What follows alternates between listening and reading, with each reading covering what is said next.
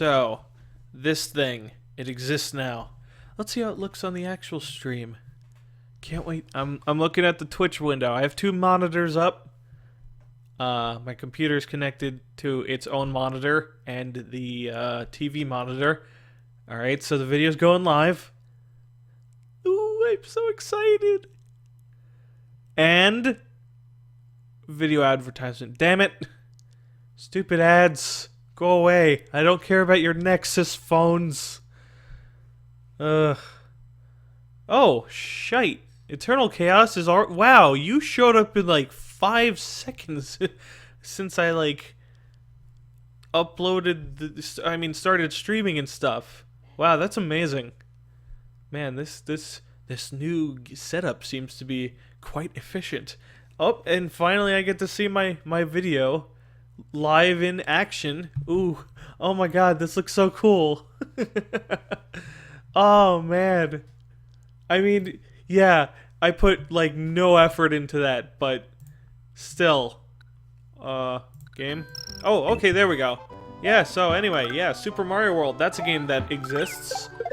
Let's play it, shall we? Okay, so erase the data, obviously. That was just a testy thing. What's nice is that I could just look straight at the window now of the preview, and it'll be like, yeah, you know, people are talking. So there you go, Eternal Chaos. You are the first person to make history to speak in this new format thing. I hope you like it. Okay, anyway, so everybody knows what to do. You gotta go to Yoshi's Island 1, unless you want to skip the Yellow Switch Palace. But we're not doing that. I'm gonna see if I can beat the whole game. Like, 100%.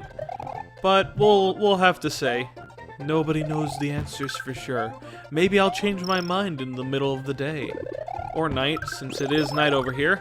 It's 7:42 as we speak. Hello, Zion Moon. And boop. Whoop. Almost got hit by that, thankfully. I'm playing on a keyboard, so I am not as accurate as I am with a controller. Actually, fun fact. I play fighting games with a keyboard, but I play most other games with just a typical thing. You know, controller. Yeah. I thought the racing cam was really funny, too. I'm glad you like it. Oh, wait, this is not recording. Oh, well. Okay, whatever, that's fine. I mean, either way, it's streaming. It's a shame that your text wraps around rather derpily, but oh well, I guess we'll have to make do. Just get all the coins, you greedy fat fuck. No! I didn't get as much coins as I wanted. I'm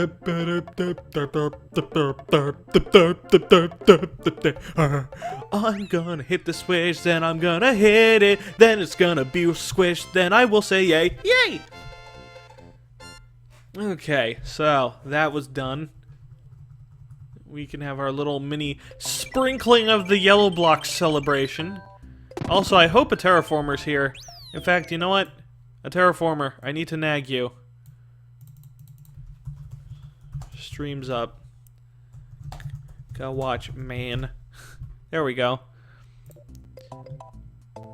I'm quite a bit behind, and yeah, text wrapping is odd. Yeah, I think that's the only thing I don't like about this setup, but you know what? I'll deal. I'll deal! Sounds like people just came into the house. Who could that be? Perhaps Evil Lego Waffle, suddenly coming in for a guest appearance? I highly doubt it, since he's probably doing much more important things in his life than me. Like, his job. I mean, I have a job. Don't get me wrong, ladies and gentlemen. The MarkyJoe has a job as a pathetic, worthless cashier, but, you know, I digress. Hello. Hey, Mom. Hello, Marky. Alright. Random mom appeared. Yeah, check it out. I made a funny, like, video thingy for the stream. So tomorrow, when we do our Super Mario Brothers 2 stream. Oh snap! Spoiler alert, everybody. Yeah, that's gonna happen. But yeah, look at it. I mean, it has a racing cam. How could you go wrong? What? I don't... No, look at this screen. looking This at is it. the broadcast screen. Right, yeah. It's a little behind. And that's your thingy. Yeah, that's the stream broadcast, but look, it has a racing cam. Okay, but... Huh. What are you trying to put together? You seem confused. You're not racing, you're Marky Joe. That's why it says racing cam and not MarkyJoe cam. I see up here, I see. Yeah. It's supposed to be like, it's supposed to make fun of like how, like, people typically put their, like, themselves onto the screen somehow because they're fucking egotistical dicks. So I decided to parody it by putting race in there and having You should a racing Photoshop cam. headphones onto her. Oh, well, actually, my desktop thing. Actually, I just realized the microphone can't hear you, Mom. So yeah, for my desktop, I have Raisin wearing headphones, but she's wearing them over where human ears would be. So I'm kind of wondering, like, where she, like, how she's able to hear the music. Don't overthink it, just go with it. I mean, just look at it. Yeah, that should be, you should definitely have earphones there. Yeah. Yeah. She looks so cute in that picture too. She's like, The pencil I'm not sure I like this One Direction song. Racer wouldn't be listening to One Direction. I She'd be don't. listening to Genesis. The Beatles. Actually, in a recent roleplay I did, I made it that one of her favorite bands is the Beatles. There you go. Because the Beatles are awesome. Well, no, there's like a big explanation as to why her favorite band is the Beatles, and it's really complicated. Also, I'm getting hit by random things. You should laugh at me for being terrible at video games, Mom. But you're not terrible at video games. You're awesome at video games. You're supposed to play along. Oh, yeah. Haha! You silly monkey trying to play video games. You suck so bad. A So monkey. better. I've never been at one of your streams, Mark. Oh yeah, that's pretty good then, Upside Down Fish. I mean, that's terrible, actually. But yeah, like, glad you could show up in this one. Let's see. I guess That's there's not evil person. Well, my son. That's not your brother, right? No, Upside No. Down Fish is not my brother. Okay. Evil Egg Waffle is my brother, Mom. Yes, him. I hope you're close enough to the mic that people can hear you. Otherwise, I'm gonna be I'm really. gonna leave you to your stream. You guys Okay. have fun. This is mainly just a test stream. This is not like an official stream or anything. There's ice cream for Mom. Oh my God, ice cream? Gimme! She left. Damn. I must deal with the real life consequences of not being able to leave my stream and not have ice cream because I'm trying to entertain an audience. Alright, up there's the giant foot from hell. It's trying to stomp on me because I'm like a little bug. Wow, this sounds, you know what? I kind of sound like Evil Egg Waffle right now. This is totally like Evil Egg Waffle-esque commentary. Whoop! Up, not so fast, Eager McFootsie. Yeah, done.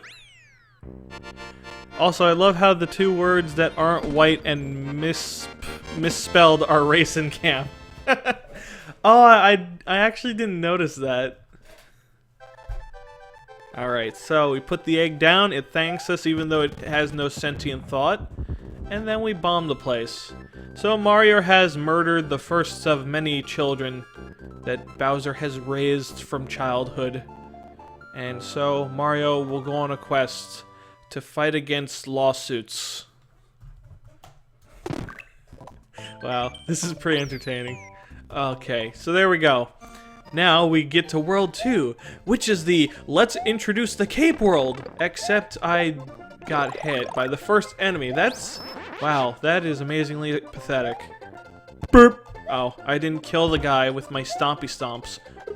I didn't kill that guy either, which is... actually, that was kind of cool how it, like, weirded out there. Whoop! There we go. I love doing earthquakes of death. Except when they get me hurt. Oh well. Diddly-boo. Wow, I'm actually quite surprised that Nintendo actually placed an enemy there, so that, like, if you immediately rushed up and grabbed Yoshi, you would intersect with it. That's very calculative level design. Boop. Whoop. And done.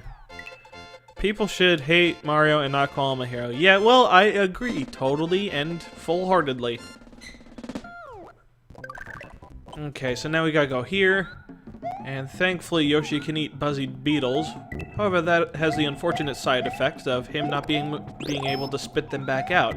Therefore, depriving him of a option in combat. Also, check this out. You can slide up hills if you're using Yoshi. It's really weird. You have to hold down and towards the upwardness of the hill. And then you kind of just do that. I don't think it actually counts as sliding though. It's very strange. I guess it's considered like walking, but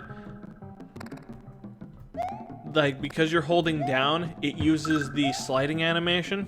So there's your explanation. And now Marky has done his explanation of the day. I don't know. Weird things. Wow. Yeah, you know what, Pinkachun? It is weird that he dissolves an entire buzzy beetle in an instant. Like, if those things are resistant to fire, what do you suppose their shells are made out of? Like, maybe iron or something? And then you have to factor in the fact that Yoshi can digest that shit, like, without any issues. Yoshi is just an abomination of nature in general, honestly. I would not want one of those things living in real life. I think we would be in serious danger if that happened. Alright, so I'm gonna reset the enemies. And I messed up. Oh well. Okay, if I act really cool. Ah, dang it. I almost did it. I had to mess with the spawn rates for it to work properly, I think. But, alas, the Marky Joe is not made out of greatness all the time, that is. Boop! And now, I hover in midair as my first magic trick of the stream. Yeah, he can't digest... Well, he can digest green shells. He doesn't do it right away. He wants to keep it in his mouth a bit to give you the option to spit it back out.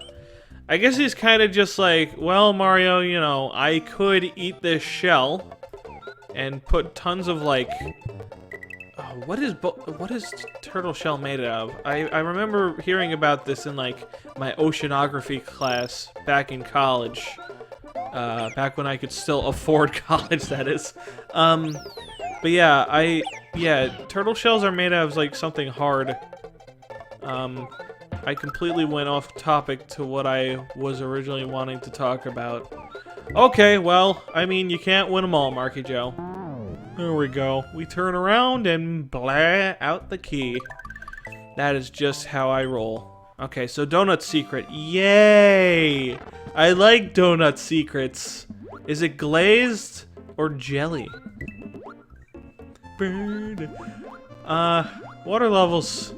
I think everybody's stated that water levels are boring, and yet the series continues to have them. Though, to be fair, I do like the water levels in the first Super Mario Brothers, because back in those games, you could actually swim fast. They're like the only games in the entire series where you can actually do that. It's so weird, and it's actually pretty nice. Because actually, more so than swimming, it feels more like you're flying. Which is, I mean, I guess in video games we can all agree that flying is way cooler than swimming. Give me the one up. Yeah! I got another guy out of the already existing 14. I guess there are like 15 Marios just kind of hanging about, waiting for this guy to bite the dust so that they may take his place and get laid with Princess Peach. It's a scary thought. Like, they're all just kind of waiting to dig his grave. Whoop, there we go. That's more like it. I'm very calm this commentary. It's because it's dark and I just got out of like 5 days in a row of work. And this is the first, like, tomorrow is the first day off I actually get, which is, man. Yeah, oh yeah, you know what, Red Fire Crusader? I do think shells are in fact made out of calcium. Thanks for reminding me. Okay, so, we leave Yoshi because Yoshi's afraid of ghosts. He's a fucking coward. Why do I have him as a friend? Oh yeah, so I can throw him down pits. Dang it, I wanted to go through the hula hoop of death, but alas. Big Mario's collision box is actually way bigger than Small Mario, even while he's ducking. You figure that one out. Oh, I meant to spin jump there, but oh well. Instead, I will show you a different trick. Hey there, big boy. Come on over here. Oh, no, that's not what I intended. Okay, whatever. I wanted to slide into him, because weirdly enough, the Big Boo is killed if you hit it with a slide. But strangely enough, the small boos do not get killed by the slide. So it's like the smaller boos are stronger than the big one. And you know what's even weirder? The boss boo is the most mortal of them all, because you can actually hit him with objects, unlike the normal Big Boo.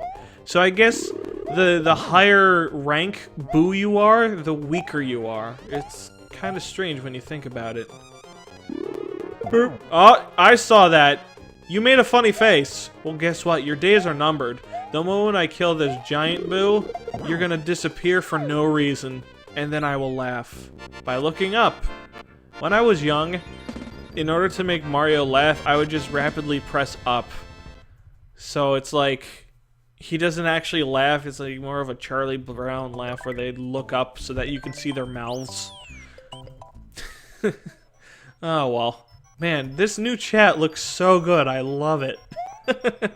Looks so much better than the other one where I just recorded the website window screen. That always looks so awkward. Okay, so let's do this correctly this time. Okay.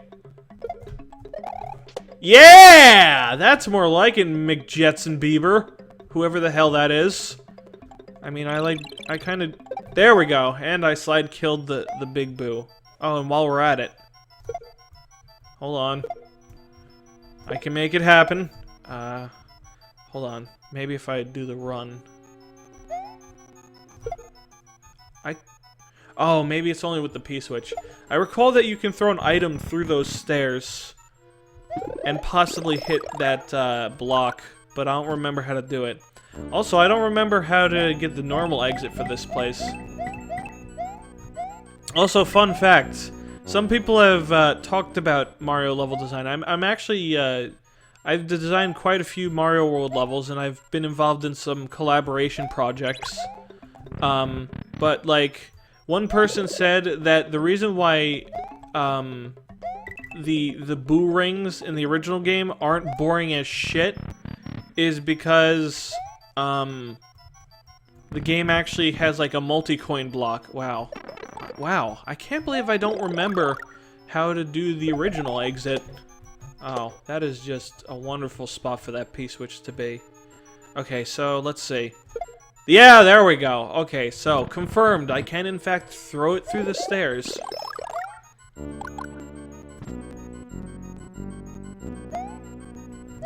Okay, so yeah, like, the game keeps you entertained by giving you coins to get. Okay, so I think I know where the exit is now. It just occurred to me. You have to go to this door. Oh man, that's such a secret.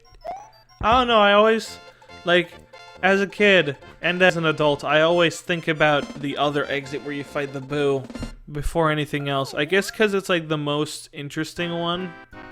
Oh, okay, so we gotta do epic Star McJetson time. Okay, so if I stand about here, yeah.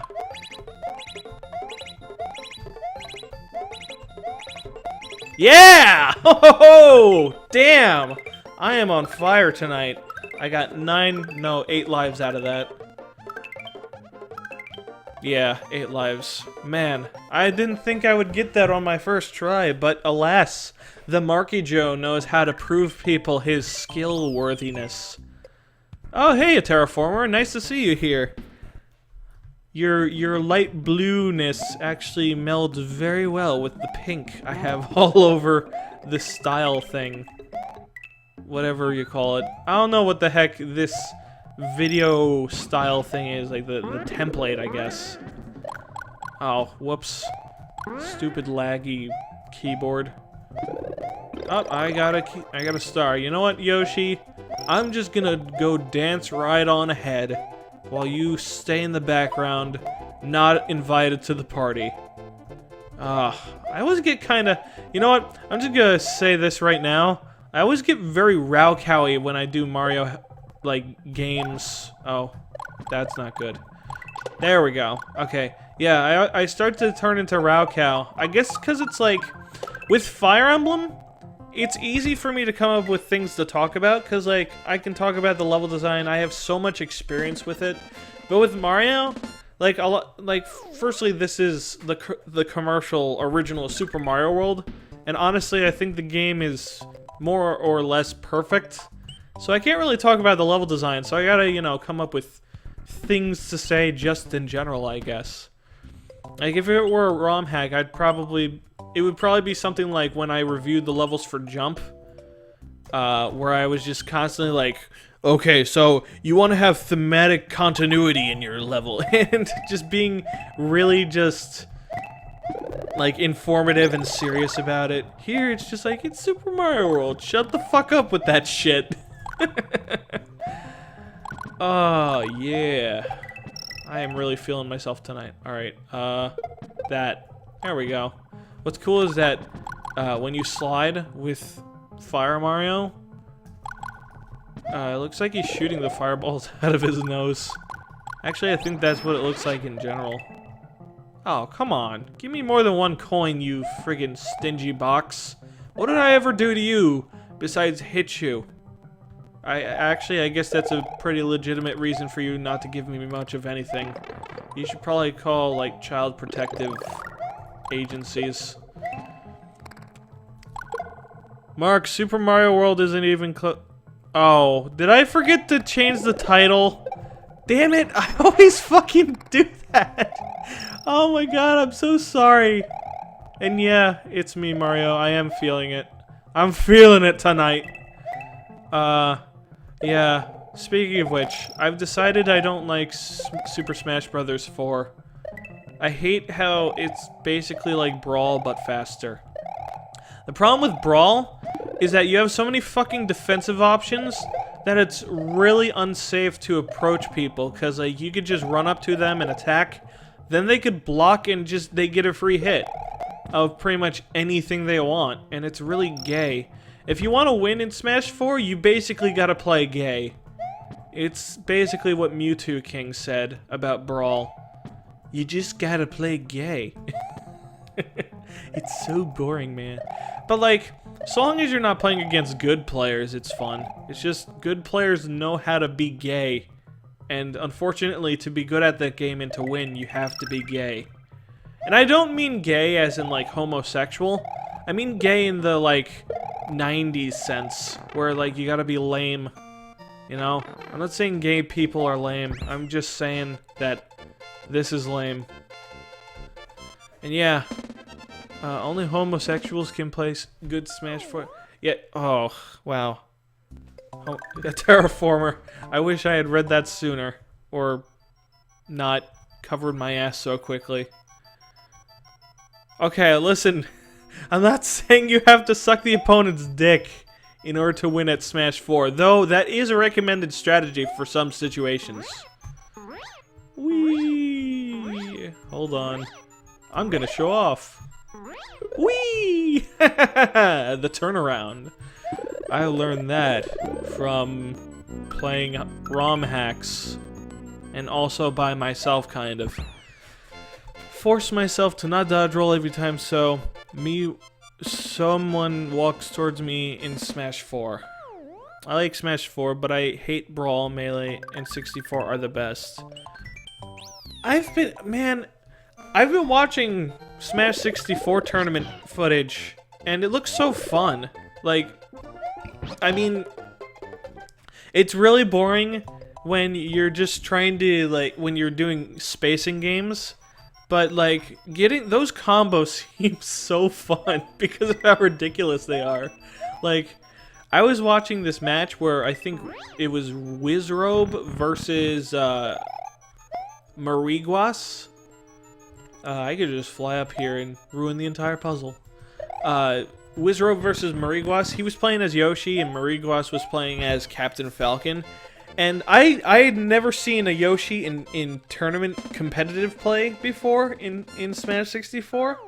So when I saw him do those 0 to death combos, I was just like, oh my god, that's so ridiculous. I must have sounded so stoned off my mind. Okay, so right about here, I'd say. No! My perfect streak of 1 win so far. Wow, that just did not work. Wow, how did I get it the first time? Yeah, 64 is pretty ridiculous. I recall that when I played Melee, I played it like it was 64 though.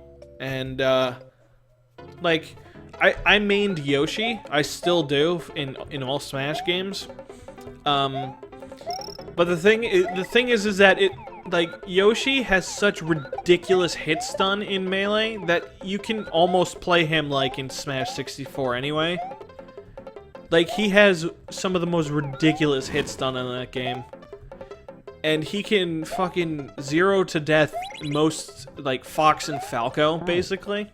If he gets the right combo in, it's so ridiculous.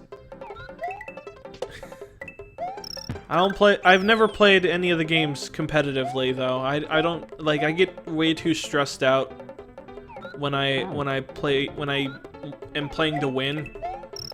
Like, when I'm facing a really good opponent, even if I'm winning, my hand starts shaking like crazy.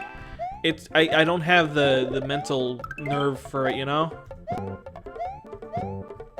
I do think that if I did take the game seriously, I could become a good competitive tournament player. It's just I don't enjoy taking the game so seriously, you know? Games are fun, and I don't like getting stressed out. I have enough stress in my own life. Okay. The only reason why you didn't hate Brawl Imperial Knight is because you're fucking casual. Okay. I mean, I'm not being serious here. I mean, I never really played... you know what, yeah. Honestly, I don't see how anybody could possibly like Brawl. Brawl is dumb. And I will be closed-minded as possible about this, so don't even try to reason with me. Honestly, like, there is no reason to play Brawl anymore because Smash 4 is like Brawl, but faster. And it has more characters, so... The only reason why you'd want to go back to Brawl is for Subspace Emissary, and that's it.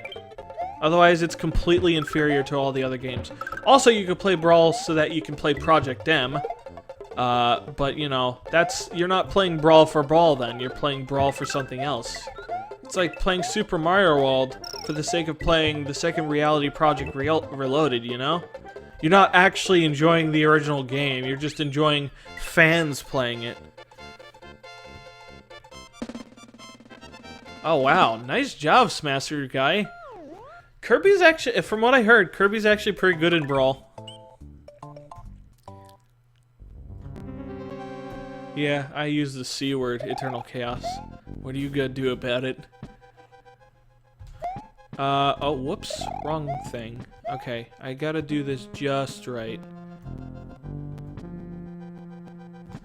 Fuck. Okay, you know what? I'm gonna spin jump. In a situation where I didn't need to spin jump. Okay. Snake was the only thing good about Brawl. Project M fixed Brawl. Yeah, I'd say so. Oh man, I loved playing as Solid Snake in Brawl though. I just love Snake in general in Brawl. He's so funny. Like, with all of his weird-ass sound effects. Tasty. Kept you waiting, huh? This is Snake. I'm done here. I love, oh, you know what? There's another reason why I play Brawl, and it's because of Brawl Minus. Brawl Minus is fun. I play it with my little brother Dylan, mainly because he doesn't like Project M, because, you know, he's a little kid. He's not gonna be able to appreciate Project M for all the, like, craziness and, like, skill it takes. But he loves Project M because it's, like, it's basically Brawl if it were, like, a lot sillier, and if, like, they made everything ridiculous. Like, basically, in Project M, their goal is... Oh, whoops. In Project M, the mod's goal is to bring everybody up to Fox from Melee. But, Brawl Minus... that game's goal is to bring everybody up to Akuma from Street Fighter 2. Basically, make them super overpowered, but at the same time, balanced. Like, you gotta make them all balanced enough. You know, basically make everything fair, while also ridiculous and over the top. My little brother loves playing as Sonic, because when you grab people and pummel them, Sonic just repeatedly says, you're too slow! Come on, step it up! Like, it's just so ridiculous. And when Snake grabs and pummels you, like, he says, "Mwah, mwah, mwah." And if he uses his down throw, he says, tasty. It's so funny. Yeah. And yeah, Ice Climber's gameplay is basically chain grab 0 to deathing people, which I don't think, like, honestly, if you're gonna make a I don't see why anybody would care that they're out of the game now, considering that's, for the most part, been their gameplay, even in Melee, basically to just 0 to death the enemy. Except in Melee it was a bit more fair, because you couldn't just, like, start from the beginning, from 0. I think you needed to, like, weaken them a bit first. Oh, you know what? I'll go back to this level when I have the red switch. How does that white flag stand up after you... I don't friggin' know. Oh, wait. This is the part where I need to get the... I need to get the yellow star! Oh, man! Now I can run through enemies and be super happy about it! Oh, that one was gonna jump over me, but luckily I knew that, so I jumped. Mark, on a side note, I've been having a pretty good time with hacking. I've made a few maps and a good idea for... Oh, that's wonderful, Kobe the Kid. I'm happy for you. Keep up the good work. I can't wait to play what you have to offer. It'll be most fascinating. Wow, Yoshi, you are just a gluttonous monster. He just eats everything in sight and doesn't, like, just look at his stare. There is just... He's just got this kind of psychotic, happy, stoic face on him, you know? Kind of like Villager from Smash 4. And he just doesn't give a shit about what he eats. He doesn't care that maybe that Buzzy Beetle had a family it was trying to feed, and that it was only serving Bowser in order to get a decent pay, you know? Because Bowser probably pays fairly wealthy. I mean, the guy seems to know how to run a kingdom, seeing how it's been around for ages, you know? So he probably gives his employees a good sum of money, you know? They're probably just trying to make a living.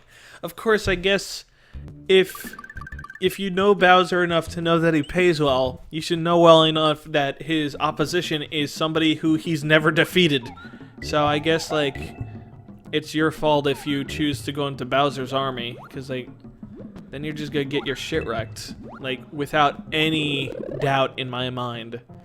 So I guess I shouldn't sympathize with these Buzzy Beetles for getting eaten by a cold, heartless murderer like Yoshi. Or rather, just a fucking slob, rather. Like, fucking just absolute abomination of nature. It's weird because I used to be completely obsessed with Yoshi when I was a kid. I still really like Yoshi. I used to draw comics of him when I was a kid, and at some point on my forums, I think I'm going to like scan my old comics and like review them and make fun of them. But yeah, I was so obsessed with him, and nowadays I'm just like, yeah, whatever, you know, racing's better. That's basically my my policy at this point. Okay, so let's see if I can get a free life. Oh man, that's so exciting. Oh, I could get a second life. I didn't get a degree in philosophy. I'm just a very analytical person, Cap. I analyze everything because I want to understand the world and myself, because I feel it'll help me like in life. Yeah, Yoshi's stomach might just be an alternate dimension. But then again, when he lays out eggs, like, but then again, when he lays an egg, allegedly, the enemy that he just ate is in it, so, in that case, it's perfectly possible that he doesn't actually have, like, an endless belly in Yoshi's Island, for example, because he immediately just shits the enemy back out, so... You know, what do you know? So let's see. Is every shrine the best download for Nightmare? Because I'm the guy try hacking over this weekend. Okay, so if you guys have any questions about Fire Emblem hacking, just look at the link below the gameplay footage. That's my website.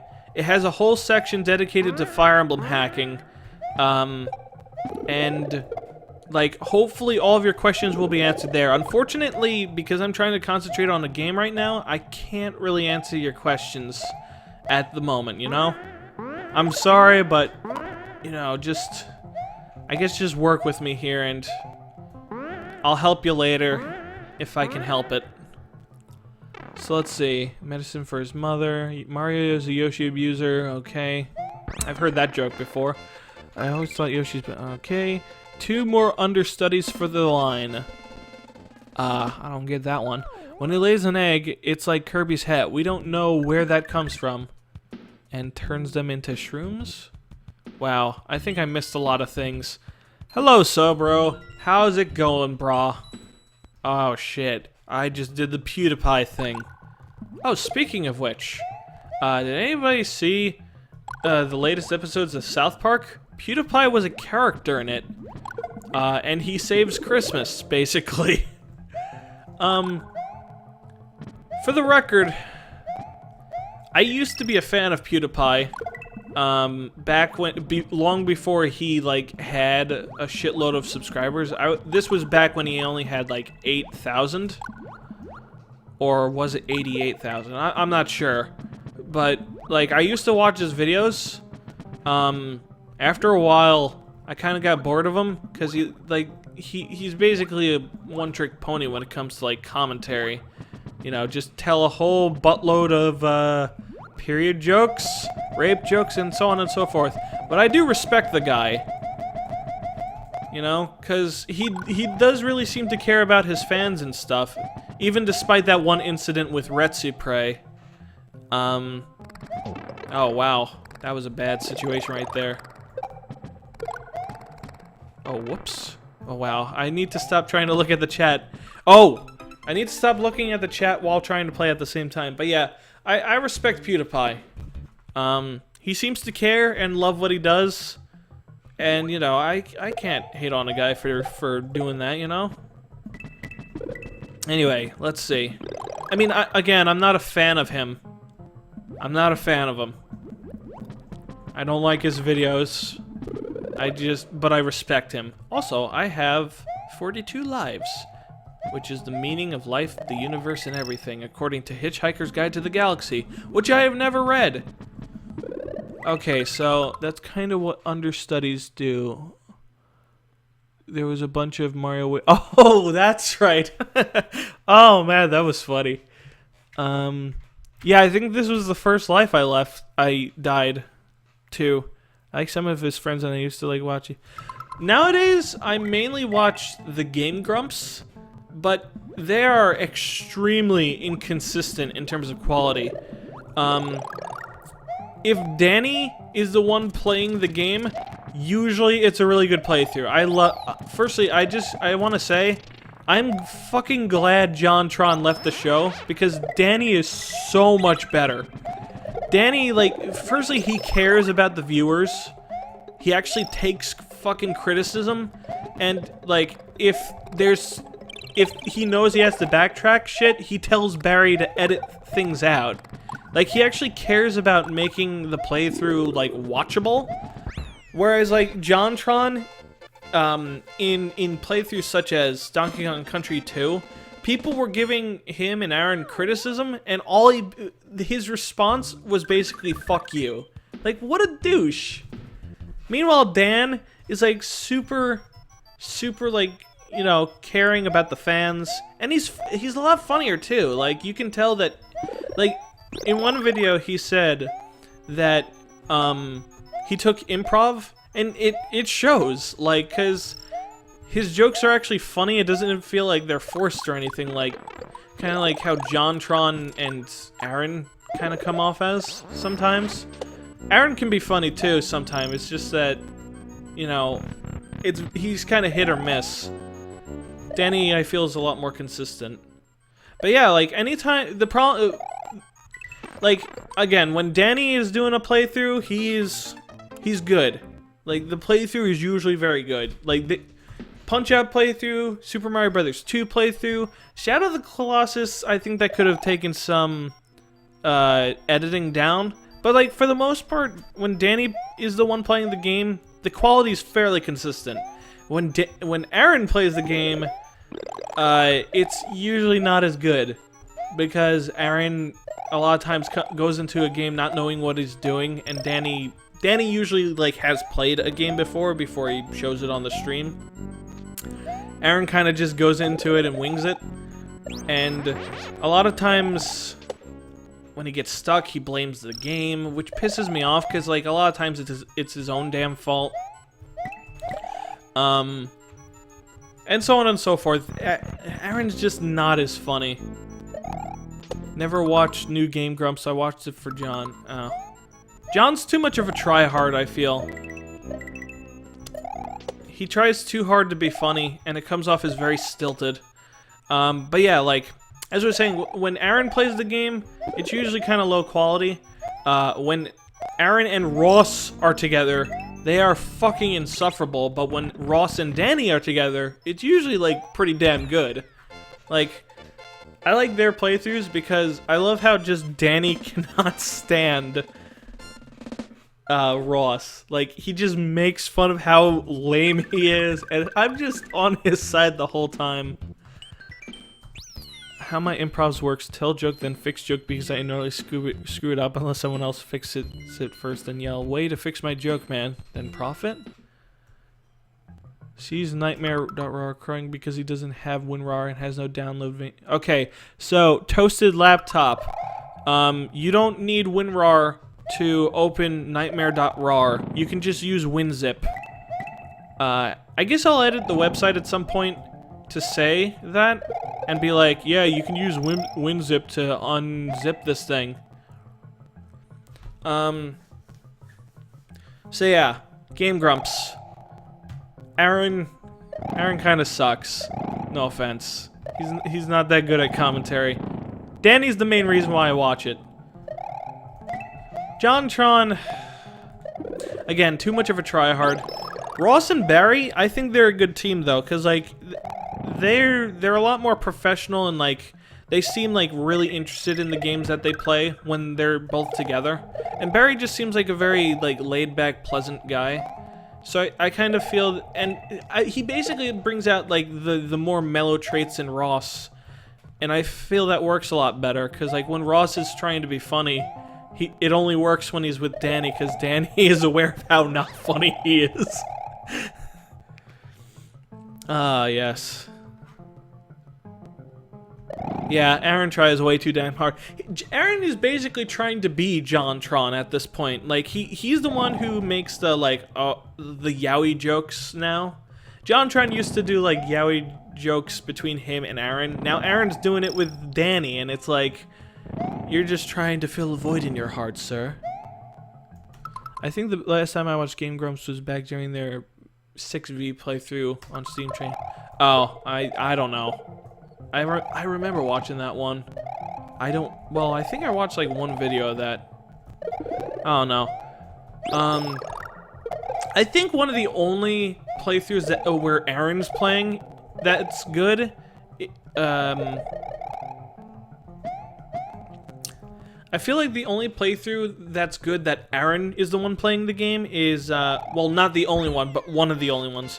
Heart of Darkness.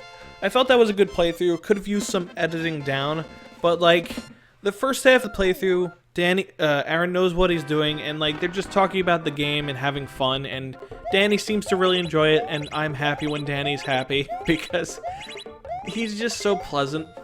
And Aaron wasn't doing his usual, oh, this game's badly designed even though I'm shitty at games thing, which, you know, when he's not playing the game and actually thinking over his points, he's really good at, like, tearing a game apart. It's just when he's playing a game, he's really bad at it. But yeah, like, and then the second half of the playthrough, we get lots of, like, very memorable Aaron raging moments. And it's just glorious, and I just love how Danny enjoys every second of it. Yeah, I sometimes go back to that playthrough because I do like it. It's the one I show people usually when I want to get them into Game Grumps. I don't show them any of the new shit. Oh, sorry, not the new shit. I don't show them any of the old shit because one of my biggest problems with the JonTron era was that they almost never finished their native playthroughs, whereas in the Danny era, they usually commit to a playthrough rather than just we're just gonna play 3 parts and then never go back to it. You know, I want to give people like a full scope of what the Game Grumps are about, and I feel that Heart of Darkness pretty much sums them up. Like, it has all the things that make Game Grumps, like the occasional shittiness, getting pissed off at games, enjoying games and being funny, you know. But in general, like, if not that playthrough, I will recommend usually a playthrough where Danny's playing, or something with Danny in it, because he's the best guy on the show. I am a very big Danny fanboy. The secret is out. Oh wow, I just skipped that crap. Oh yeah! Let's see, Sonic is Sonic 06 just went on for too long. I stopped watching it after a while because, like, many of the episodes felt the same. Let's see. If the new series aren't finished, okay. I don't care, like, honestly, if they start a series, I feel like they should finish it, unless it's a really bad game. Like, that they probably don't wanna, like, do. But even then, like, I think that should only happen rarely. I feel like sometimes they give up on playthroughs too quickly. But not so much nowadays. Not so much nowadays. Back in the JonTron era, they would constantly quit games. And that bothered me, because, like, I didn't feel it didn't feel satisfied, you know? I always feel like that they could come up with more comedic content for certain games. Especially ones like Mario Land 2, rather. Like, come on, that game has so much ammo for you to work with. Also, I kind of suck at this boss. Boop. Whoop! Not so fast, Eager McBeaver. Okay. Last hit. Whoop. Wrong one. Oh, there we go. Super Beard Brothers or SGB. I don't really watch much other commentators. I tried to watch Two Best Friends. and I was kind of like, well, they seem okay. I didn't give them enough of a chance, to be honest, so I should probably try again, but whatever. I mainly watched the Game Crumbs because I was like, whoa, Egoraptor's doing commentaries like I am. I wonder what he's like in like a normal situation. And then I realized that he's only occasionally funny, and when he's playing a game, he's really bad at conveying his opinions about games that he doesn't like. You know, stuff like that. Okay, so, I've heard Two Best Friends are very good. I always hear that they're good. Because, like, they're more professional. Which, you know, the Game Crumps could certainly do with being more professional. Okay, so... Oh, wow. I forgot to do this one of the secret routes in, the thing. In the water level. Alright, well, let's get this out of the way first. Oh yeah, we get to watch the water level again that we saw long ago in the distant land of Hyrule, where we seized the island of Korodai.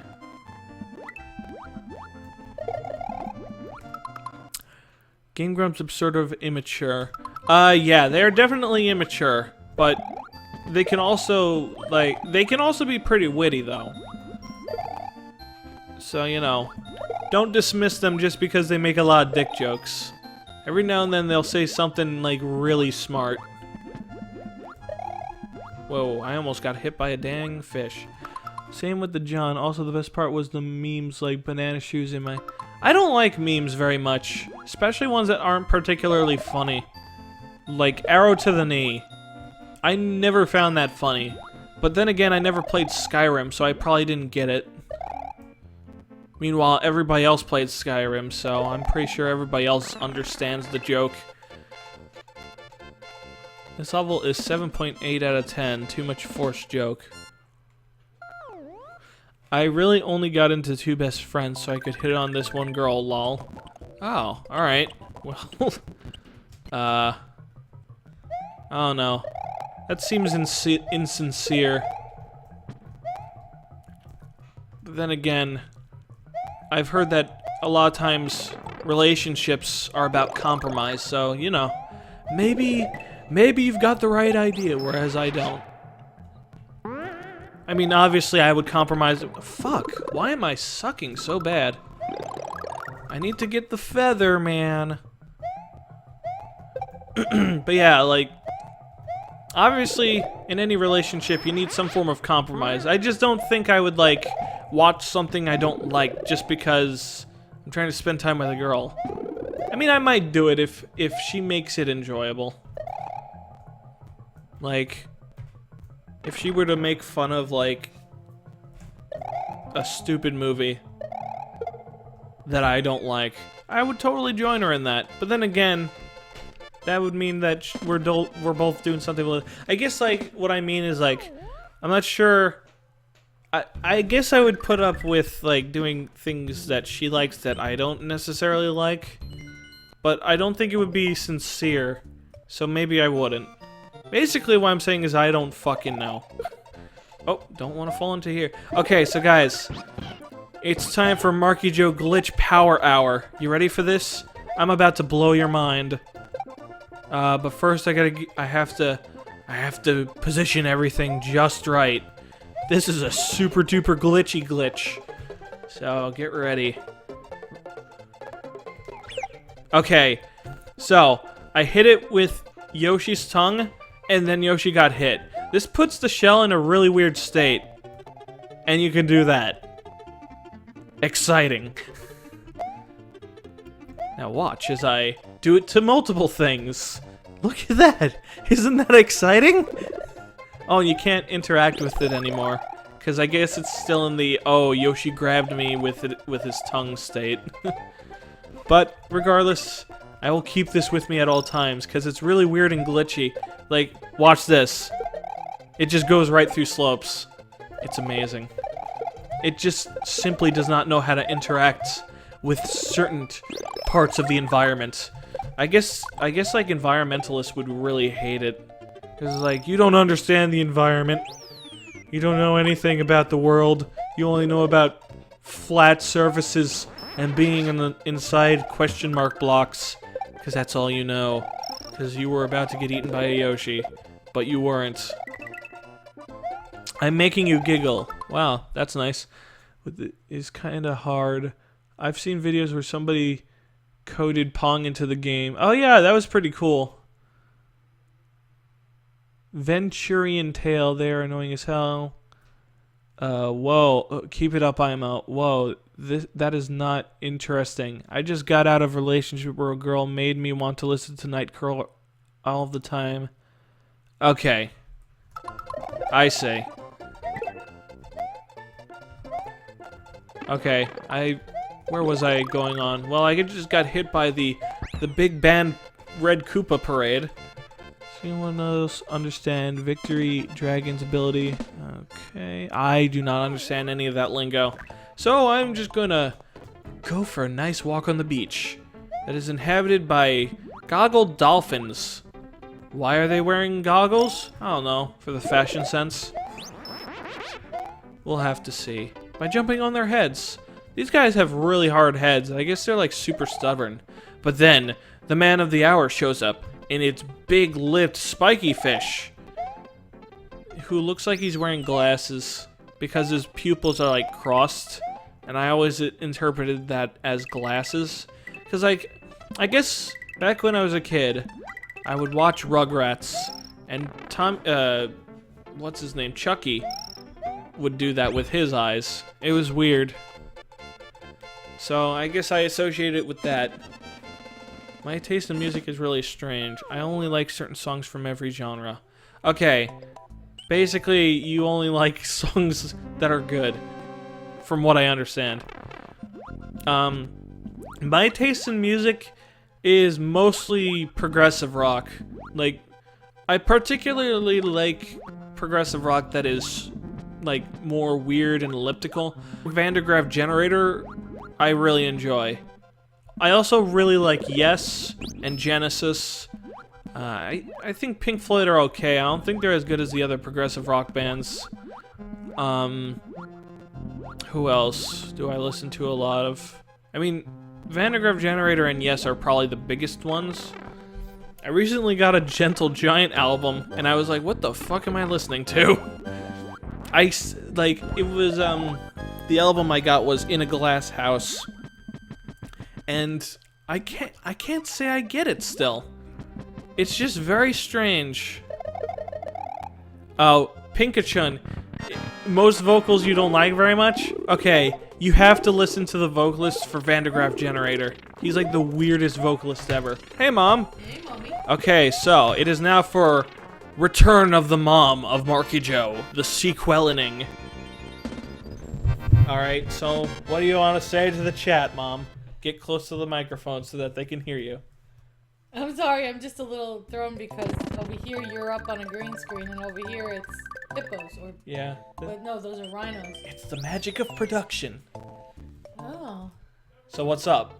Did you just jump in here to just jump in? Well, I was heading upstairs, so I just wanted to say goodnight. Oh, okay. Yeah. Good night. Hope you have a good sleep. This is Super Mario World? Yeah, it's Super Mario World. It's just normal, ordinary Super Mario World. Probably one of the most played games in the whole world, which is... What about Super Mario 3 with the Tanuki suit and the hammer? No, I'm saving that up for when you join me in a stream. Oh, okay. Well, at least that I think. I don't know what the fuck our plans are. We plan to get up at some point tomorrow. And have then, some coffee. well, maybe some eggs. For me, it'll be green tea. Because I'm a pretentious little shit. I have to drink herbal tea. Hey, your background is Irish and British. They drink tea all the time. Mom, you say my background is everything. Because it is everything. Hey, Mark, you're Russian. You are Russian. See? My fucking point. And Also, Scottish and Dutch and German. Can I just say Mario must be getting really dizzy? I don't know how he maintains that focus. He must have, like, the brain of a saint. Wait, actually that would not change anything. What? Wait, what? Well, like, he's spinning around so much, you'd think he'd get dizzy. He's spinning at, like, freaking, like, 50 miles an hour, too. You're talking about a guy who punches blocks to break them. Well, I think mean, he can some handle people a can bit. do that. Have you ever seen any karate movies? Yes. Yeah, my point Your stands. father loves them. Well, kung fu movies in general are Jackie pretty good. Chan is pretty badass. So. Basically, Marky Joe is just white. You said it, F's dead. He One. is definitely the closest way back. There's a little bit of Spanish in there, but No, we need some fucking Spanish guitar now. Just like really romantic guitaring. indeed. Okay. The commentary needs you. Oh, Sobro wants you to stay. Hello, Mom of Marky Jonas, the sequelining, whatever he said. If you think about it, there must have been the first human, so technically every human ever is related in some way. Oh yeah, Mom, we're brother and sister. Don't. That's creepy. Yeah. No, shh, quiet down. I hope you guys heard that one. Oh wait, I just realized I'm skipping over the entire level. Yeah. Wow, that's kind of a scrubby thing to do, but then again, I kind of don't like this level.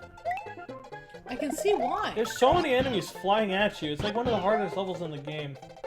Whoa, easy Yeah, there, see, I Pumpkin. would have probably fallen by now and Yeah, there's some levels in this tasted game. death. What? There's some levels in this game that are just strangely very difficult, and this is probably one of them, I'd say.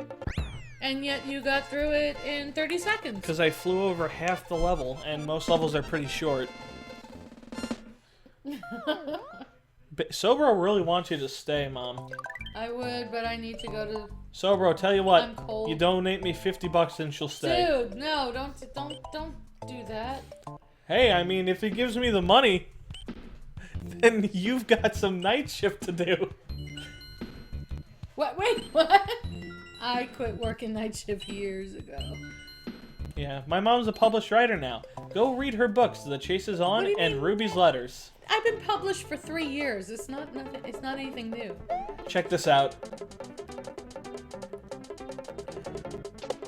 Actually, on that front, I do have a book coming out in February around Valentine's Day, and the two teenage boys in that book are based on Evil, Ego Waffle, and Marky Joe.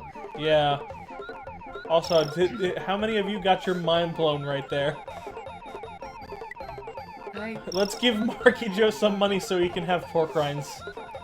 I actually stopped eating pork rinds because I kept getting headaches when I ate them. Really? Yeah, I'm guessing that my store's pork rinds just like puts shitty things in No, them. you don't want anything with tons of preservatives in it. You just want straight up pork rinds. Well, I mean, Crap in it. the ingredients said it was just pork rinds and salt, Then and that was it. I don't know what that is about then. Oh, maybe I just was having a shitty day, or I was getting really No, stressed. I don't know. Stop them for a while and then try them again. If you get a headache, that's probably what's going on. Okay, let's see. I think I should just, you know, eat more bacon and green tea. Because, like, whenever I eat bacon, whenever I start my day with bacon, I always feel really good for most of the day. Bacon is beautiful. Oh, wait, okay, hold on. I just remembered another really cool glitch, and I'm gonna show it off to you guys. Okay, so I believe there is a turtle shell somewhere around here? I think Mom's gonna leave now, so, say bye, Sobro.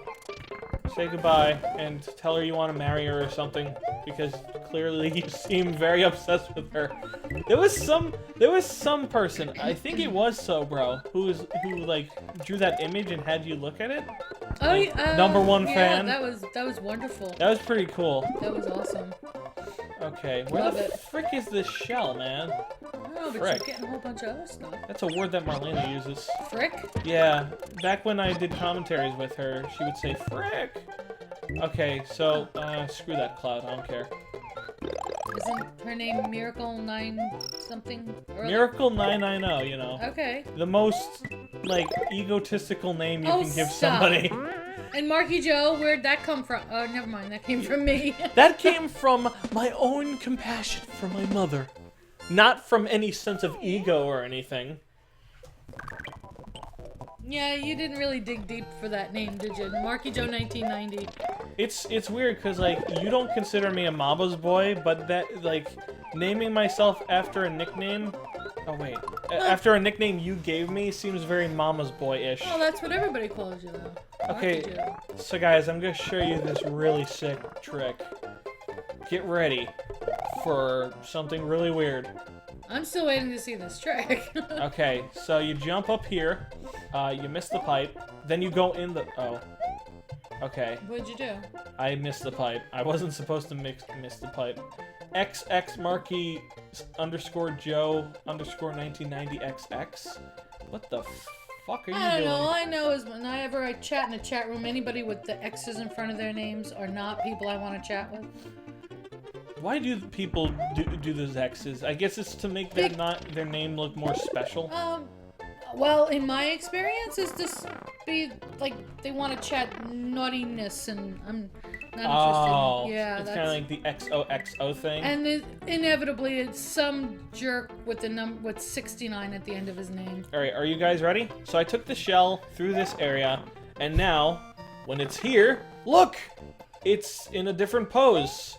And it's also in front of my hands instead of my hands are in front of it. That's weird. Really? That's the whole thing? Oh, there's more to it. I just need to get to the really wacky part. Without these things murdering the shell, of course. That's why I stayed down here to see. Okay, you ready? Okay. So the moment I put the shell down, it just rides the fire. Okay, and it's not supposed to, or? It's not. No, it doesn't normally do that. You can even kick the shell, and it's just like, oh, what the heck am I doing? It teleports too. It's so weird. Okay. Yeah, that's kind of weird.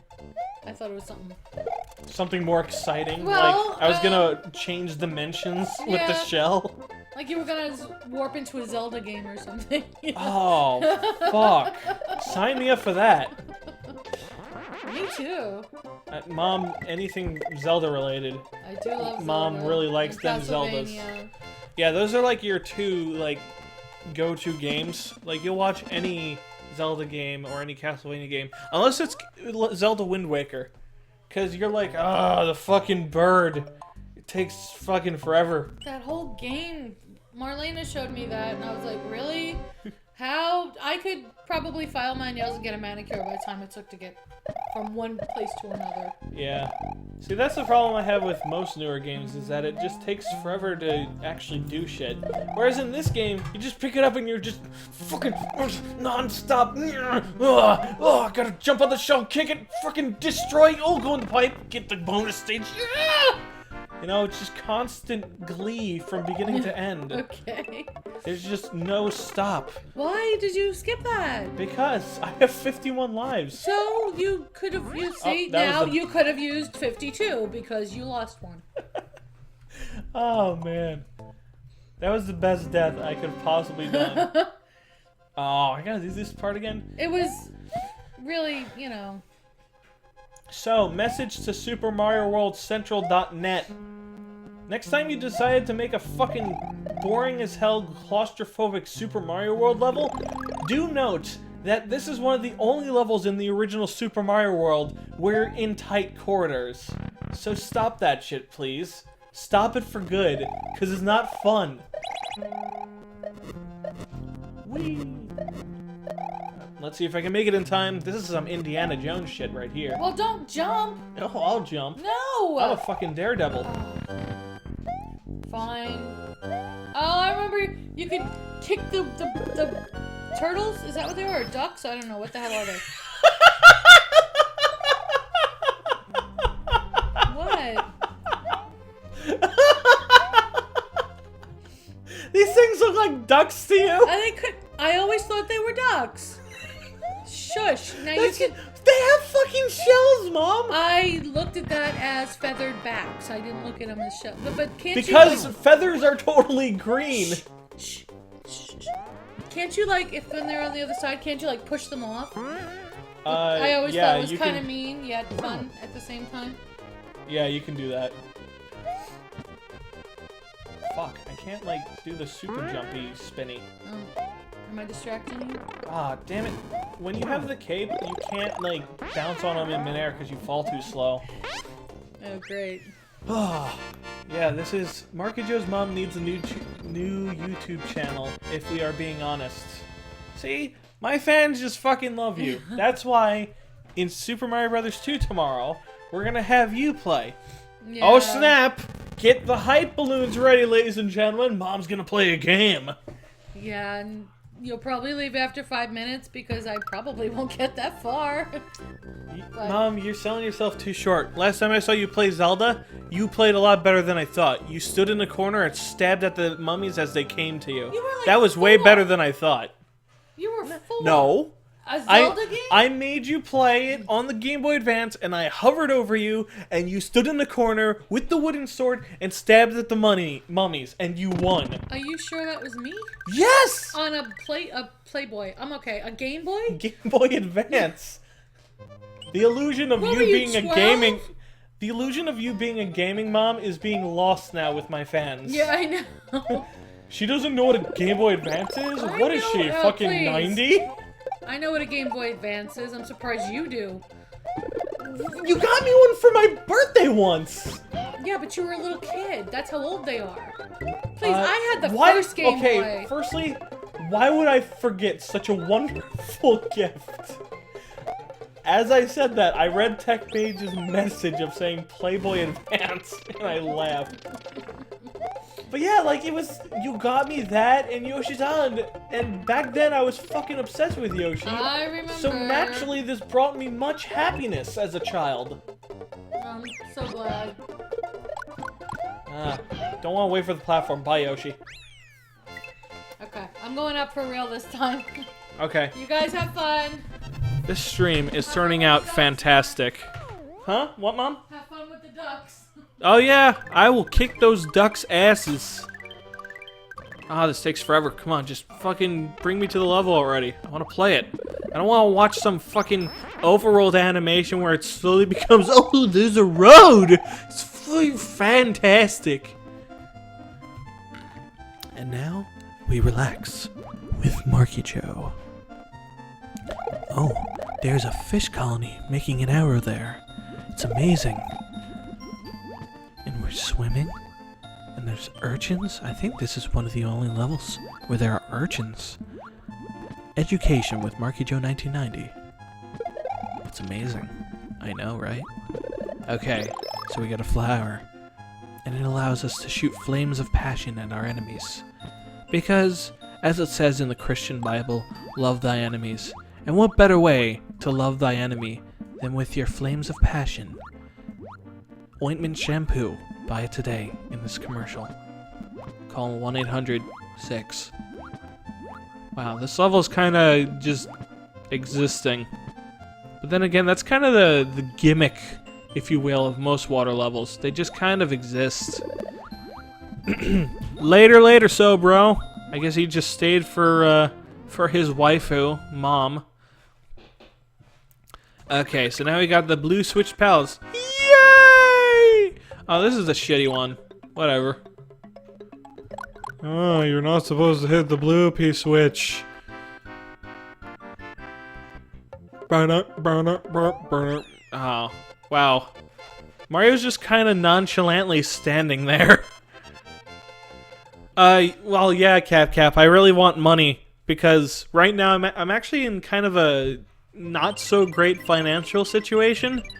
So, like, any donations you guys give me, I would really appreciate it. In fact, lately I've been thinking, I'm just gonna toss this idea out with you guys.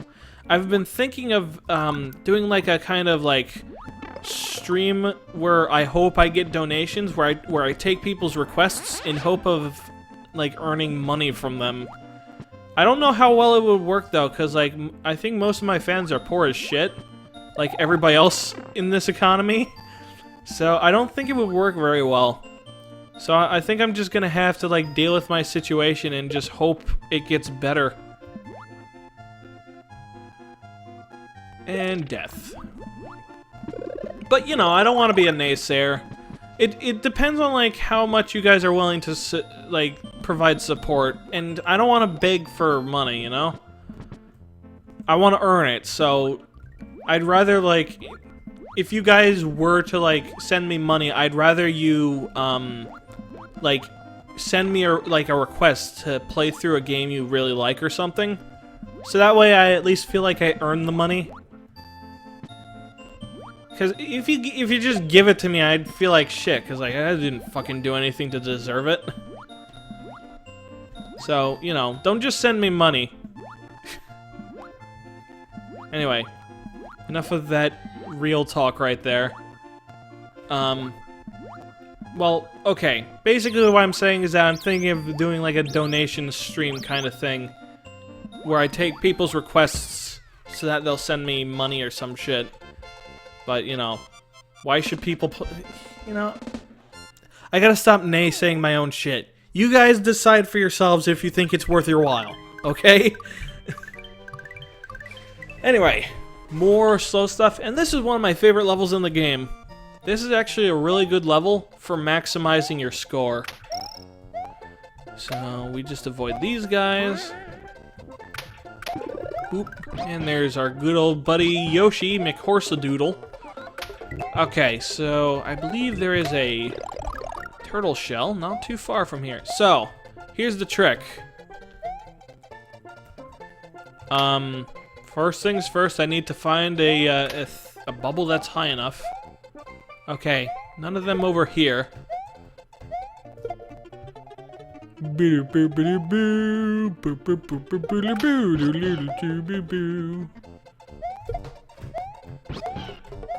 Okay. So I need to bring the shell with me. Okay, Yoshi, you can just kind of chill out. You guys just kind of mind your own business. Okay, there we go. Okay, so yeah, that trick right there. Sometimes, if you're really lucky, you'll get a shitload of free lives. Of course, I'm not getting very lucky here. I think it works better if you do it on a mushroom, though. Well, I mean, you're number 4 on the queue with every other donation thing, Marky Joe, right behind Little Big Planet 3. Oh, okay. Well, thank you very much, Cap. Alright. I'm just gonna forget Yoshi. Whoop! Dang it. Sometimes it works, sometimes it doesn't. I think sometimes when you re-enter the level, it just kind of works. Oh, wow. That was pretty cool. Just fucking destroyed him. Ah! Landed on me. Jerk ass. Oh, now I can't get the secret exit. I am forever sad. Oh, one of them just spontaneously disappeared. Okay. Okay, Force of Illusion. Let's go back here. Okay, wait. Maybe it works better with a Bob-omb.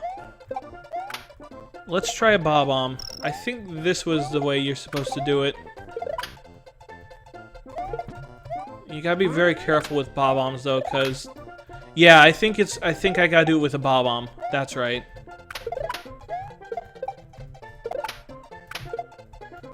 Damn it. Fuck. Okay. I just need to concentrate, because I don't want this thing to blow up on me. There we go! Yeah, you can get free lives like that. Fuck. Okay, whatever. Let's just re-enter the level, get all better and shit with our mushrooms of knowledge and wisdom. Yoshi, just kind of come over here. Boop. I need you so that I can get a mushroom. Oh wait, mushrooms are right here. I forgot. Alright, whatever. Yoshi. And just quickly run through here. Get another free mushroom that the game just kind of tosses at me. Okay. Just run through here quickly as possible, because that invalidates all the collision detection of the bouncy dudes. The bubbles, rather. It's better than the shells midair, about to fall down and hitting the bubble for the longest time possible. Head over to... Okay, well, you enjoy yourself, Nintendo Addict. Alright, so that thing's done. What else do I need to do? That's done. Okay, secret exit time. In this secret exit, Mario has to gain weight. We call this the, I don't know, I was gonna come up with like some kind of ineffective diet name. But the only diets I know about are Weight Watchers and Atkins, and Atkins is actually effective as far as I'm concerned. Weight Watchers is middling in like how good it is. Because like ideally what you want to do is you want to lower your carbs and have a lot of saturated fat. According to recent studies and whatnot. And according to the movie called Fathead, which disproved Super Size Me and showed that you can actually lose weight if you go to McDonald's. You just gotta watch your calorie and carb intake. Anyway, here we go. Mario is fat, and we use his amazing fatness powers to get a key and the secret exit of wisdom. Oh, wow. This key's in front of his arms. That's very strange. Looks like sprite attributes were not weird. We're a bit weird here. Fire Emblem Awakening is not a bad game. It's a good game, but not because it's well designed. It is a very, very poorly balanced game, and its level design is fucking garbage.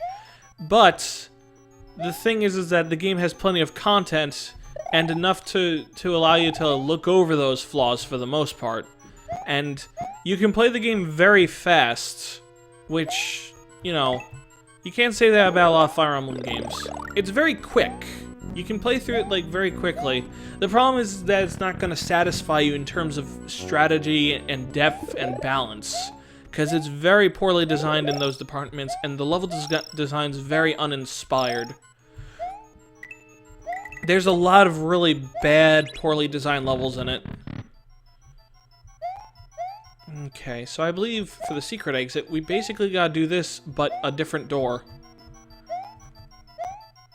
I have to figure out which door it is, though. Okay, so there are only two choices. Lunatic Plus is bullshit. It's not well-designed difficulty, it's just bullshit, and I don't appreciate shit like that. It's just badly designed, luck-based difficulty. That has nothing to do with my skills as a player, but rather my willingness to sit through the same shit over and over again just to see if I get a different result. I mean, you still gotta play good, but when playing good is also dependent on, like, luck, that's when I take an issue, because you should not, like, you should win if you do all the right moves. Like, you should always win. Ideally, in a game, you should always win if you do the right moves. But Lunatic and Lunatic Plus are just fucking gay. And not in the homosexual sense. I went over this in the previous segment of this stream. But, yeah. It's 90's gay, not gay. Alright. Oh, we got another thing. Okay. Right here. Damn it. You have to be so precise. Okay, save. Up. Okay, so this guy's fishing for Mario, which is very hilarious, in my opinion. But, you know, it's kind of an obvious choice. Like, do you want to get the free life, or do you want to deal with Lakitu? Like, obviously I want to get the mushroom, because, like, even if Lakitu kills me, you know, that life didn't matter anyway, because he gave me one. So, like, it's not a very well thought out enemy when you think about it. Okay, so, my thoughts on Thracia. Okay, I need to take this question very seriously. Thracia has very enormous problems, and a lot of them contributed to why I stopped playing through it, because I just didn't enjoy it anymore. The maps are way too huge. A lot of times there are a lot of points in the game where the difficulty is just bullshit. And because of the like hit rate system in the game, and just accuracy in general, and just how crit rate is determined, it is very, like, you can play really well and still get fucked over because the game is just so unfair at times. So big maps, there's also lots of like really questionable level design. I mean, obviously this is the game that pretty much made ambush spawns. It showed us the true potential of just how cheap you can make ambush spawns, for one. Again, enormous maps, part of the bad level design. There's also just a lot of shit the game throws at you that you have no way of foreseeing. It's just... it's tedious and it's unfair. And when you have to restart a chapter just to get one character back, it really, like, drives home how fun it is, you know? But the game has some very good points. Some of the level design is really, really genius. Chapter 11, where you, was it Chapter 11? The one where you have to deal with Kempf. Like, okay, it's a little tedious that you have to wait out the ballistas, but it's like a really interesting idea. And the game in general just has like a lot of these interesting ideas that are just never used in the later games. Same applies to Fire Emblem 3 and Fire Emblem 6. Both of those games have ideas that were really sound and interesting that just never get used again. So 3 has that going for it. Another thing going for it is I like how you can customize your character's growth rates with the scrolls. And I like how for once the S unit doesn't suck and is actually really fucking good. In general, I've heard good things about, like, the balancing in that game. Like, every character is usable. Though, some characters are way better than others, obviously, but the thing is that Thracia gives you a lot of freedom on how you do things. The problem with that is that, you know, you're basically making the gap between good player and bad player, like, much smaller, and it's less rewarding to play well because of RNG bullshit. So yeah, Thracia, not very fun in my opinion, mainly because of the level design. Most of the older games are plagued by really fucking awful level design. Okay. So, somebody asked me about Fire Emblem Gaiden. I have not played Fire Emblem Gaiden, but it looks really boring. Like, it recycles maps, and the maps are enormous, and none of the maps seem to, like, have any of the innovative, interesting ideas that the later games would have, such as, Fire Emblem 3. It is, plus, like, it's very grindy. Like, it's nice that you can promote your characters multiple times, and you can, like, de-promote them to their base class and whatnot, but, like, I don't see the point. Like, in a well-paced game, you should never, like, have a desire to do something like that. Oh, wow, that was gay. Well, dumb, sorry. So yeah, I've never touched Gaiden, and honestly, it does not interest me. So, let's see, what else did people say? Alright, you know, while I'm at it, let's talk about Fire Emblem 4. I have a lot of problems with Fire Emblem 4. I think it's one of the most overrated Fire Emblems, and I'm not saying that just to be a hipster. I find firstly, the maps aren't... The game, it has the most obnoxiously large maps, and I understand that, like, the save system helps make it far less frustrating, and that's a good thing. Well, okay, it's a good thing and a bad thing. You're basically taking one flaw of the game to cover up a different flaw. So basically the idea is that, like, because you can save every turn, it eliminates pretty much all challenge from the game.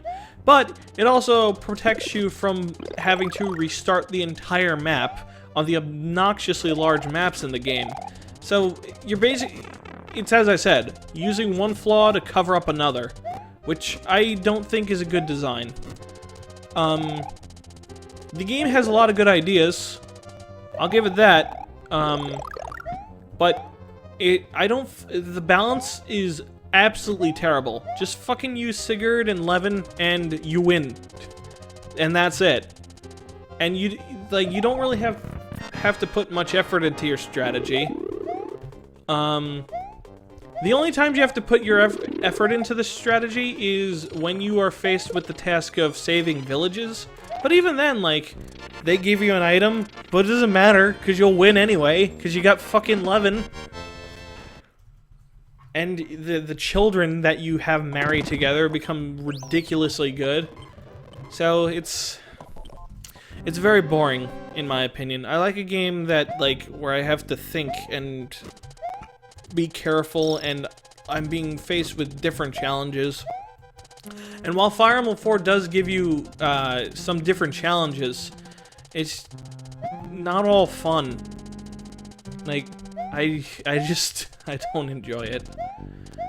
Though I will say, and this is probably going to be very controversial here, I actually kind of like Fire Emblem 3.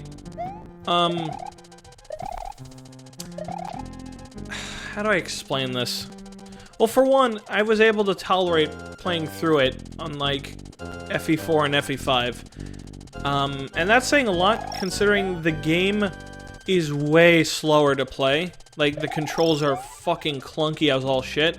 But once you get past that, it's basically like playing Fire Emblem 6. And it has some ideas that are never used again in other games. And it has that Fire Emblem 5 thing where you can, like, customize character growth rates. And sometimes you can make a really ridiculously broken character, and it's actually kind of fun to do that. But, like, the balancing's not that great, again. It's still a hard game no matter what, though. I mean, not nearly as hard as some of the other games. It's actually, in my opinion, one of the easier ones. But, like, because the max stats for every character is much lower, like, even if you have a character with all maxed out stats, that's not necessarily going to carry you throughout the entire game. Because, like, there are the game has some countermeasures for things like that, is what I'm saying. And on top of that, I really like the story of FE3. I think it's probably the best in the series, because the problem with FE4 is that its plot hinges on really contrived romance, and it has the dumbest protagonist in the fucking series. Like, Chrom is stupid, but Sigurd's even stupider. And the second half of the game is really, like, there's not really much emotional investment, unlike the first half. I mean, just in general, the game hinges on a lot of shit, whereas FE3 doesn't really hinge on a lot of bullshit. And just about everything in the game's story makes sense. Sure, it doesn't have as much characterization as the later games, and that's a point against it for sure. But at the same time, I was moved by the story, and, like, I think my favorite character in that game is Michalis. Like, he's so fucking cool. But again, like, I can totally understand people not liking FE3 because the controls are very clunky, and the level design is erratic in quality. There are some levels which are really, really interesting and well thought out, and there are others, like fucking Chapter 3, which are just hands down the most poorly designed levels in Fire Emblem history. Like, who the fuck would design a level where you have to walk an entire fucking circle around the entire map just to recruit Julian, then walk all the way back with Marth so that you can open the bridge, recruit that fucking loser Cavalier, and then finally beat the chapter? Like, that just takes forever, and it's not fun. So yeah, FE3 is definitely a mixed bag. Great story, but level design mixed bag. So you know, it's not perfect by any means. But I do think I might actually do a playthrough of it on YouTube, so get your hype wagons ready for that, ladies and gentlemen. Oh. Whoops. Yeah, I might do a playthrough of FE3. I'm not going to do FE12, which is a remake of FE3, because that game waters down the story and takes a lot of the really sad tragedies and shit out of it.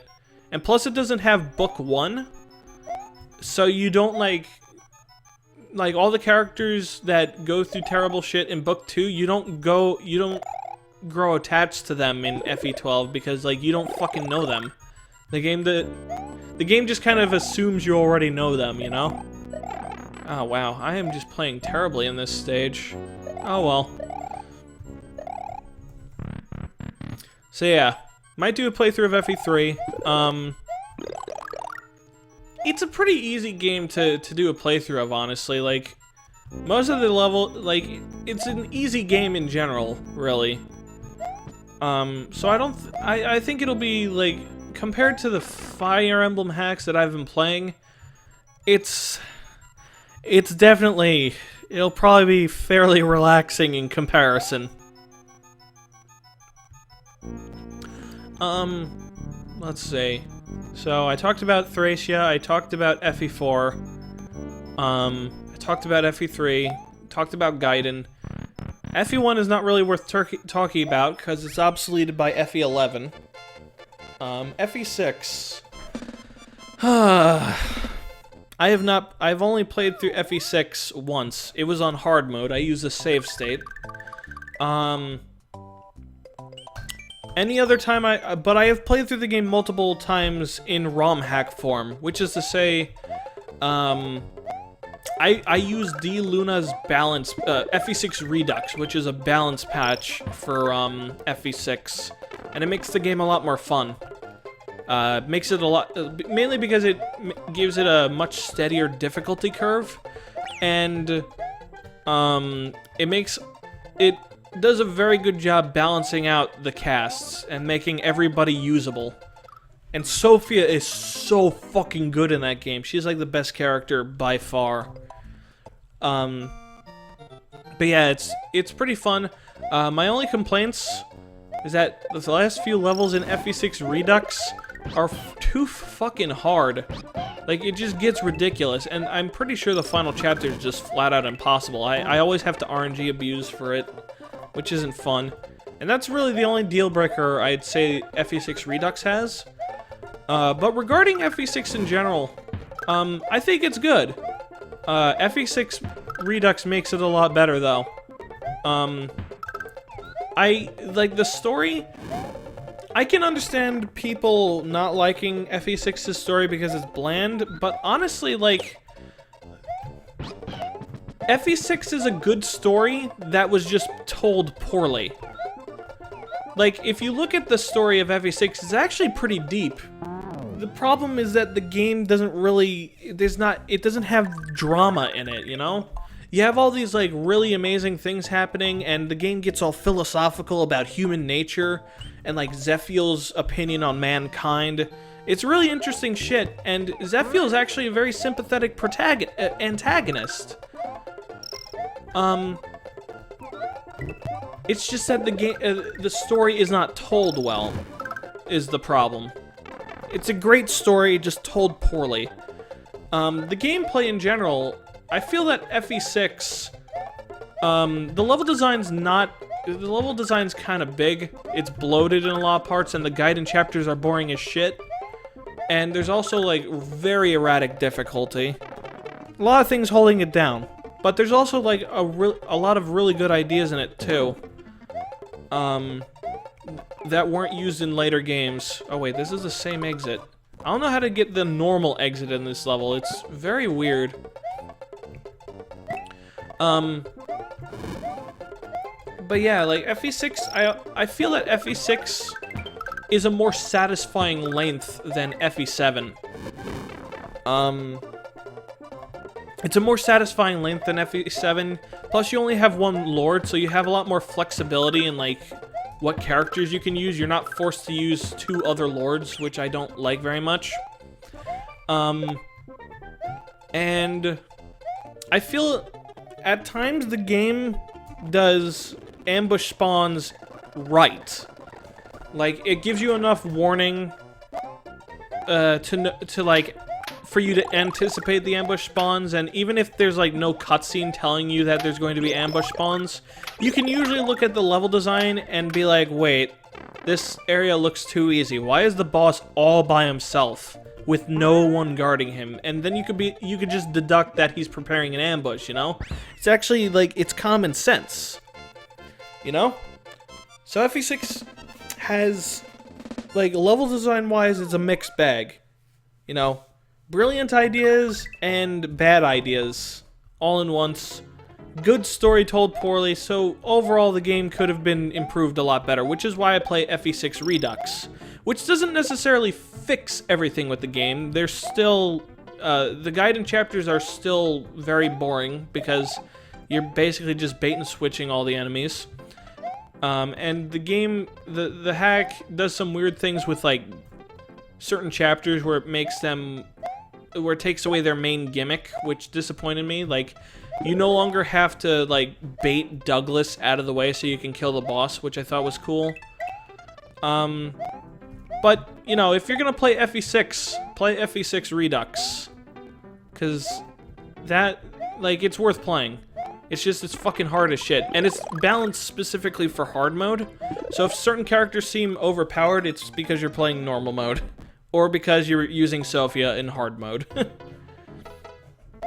But yeah. FE6.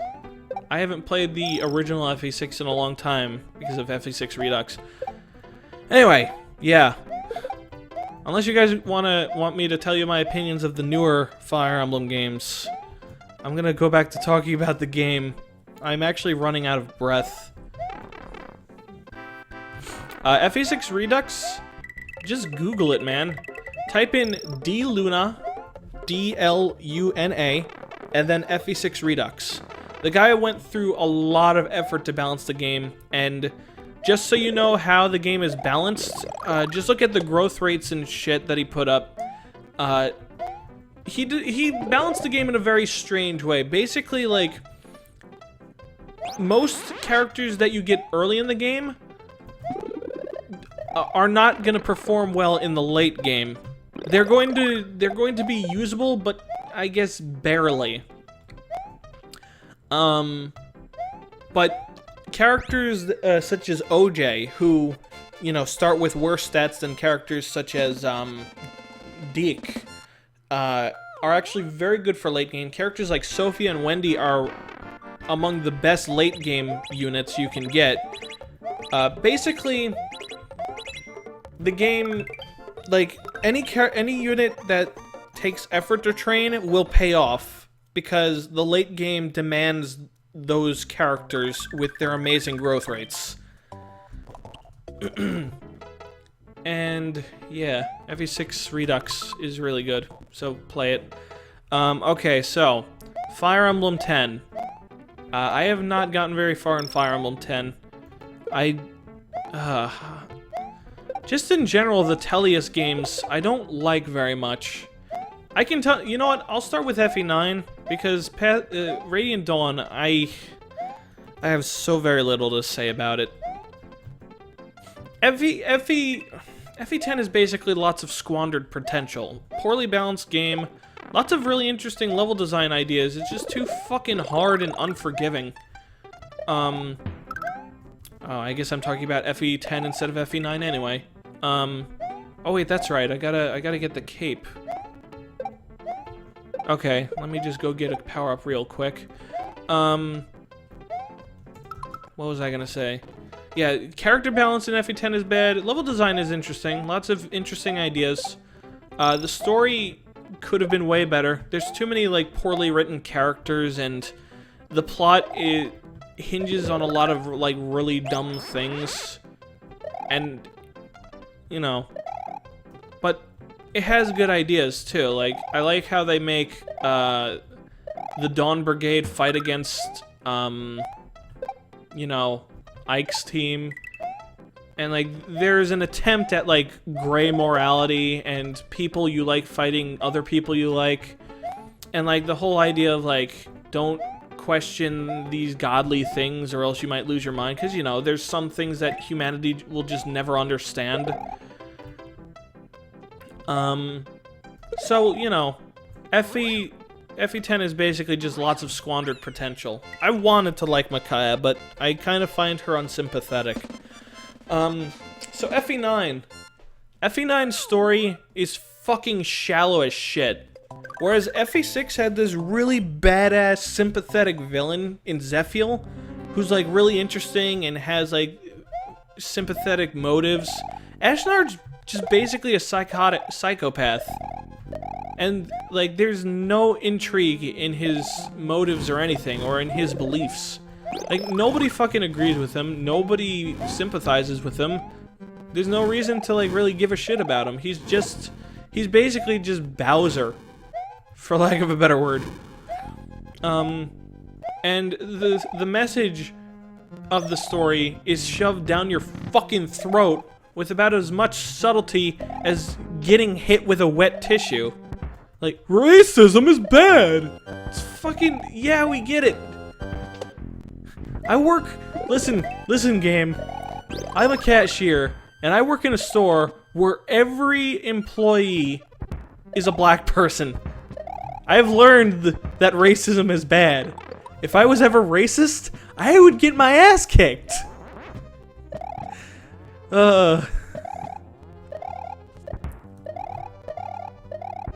Anyway.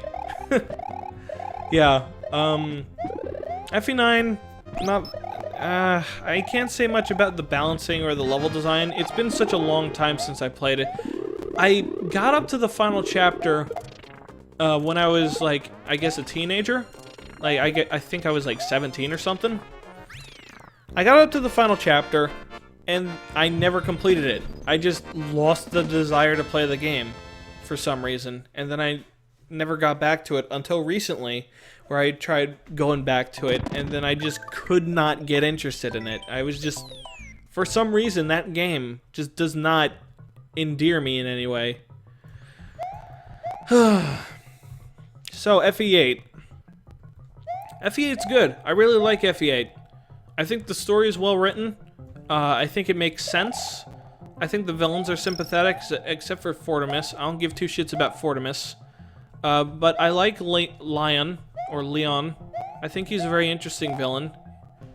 Who's like a good guy. Who has all this potential.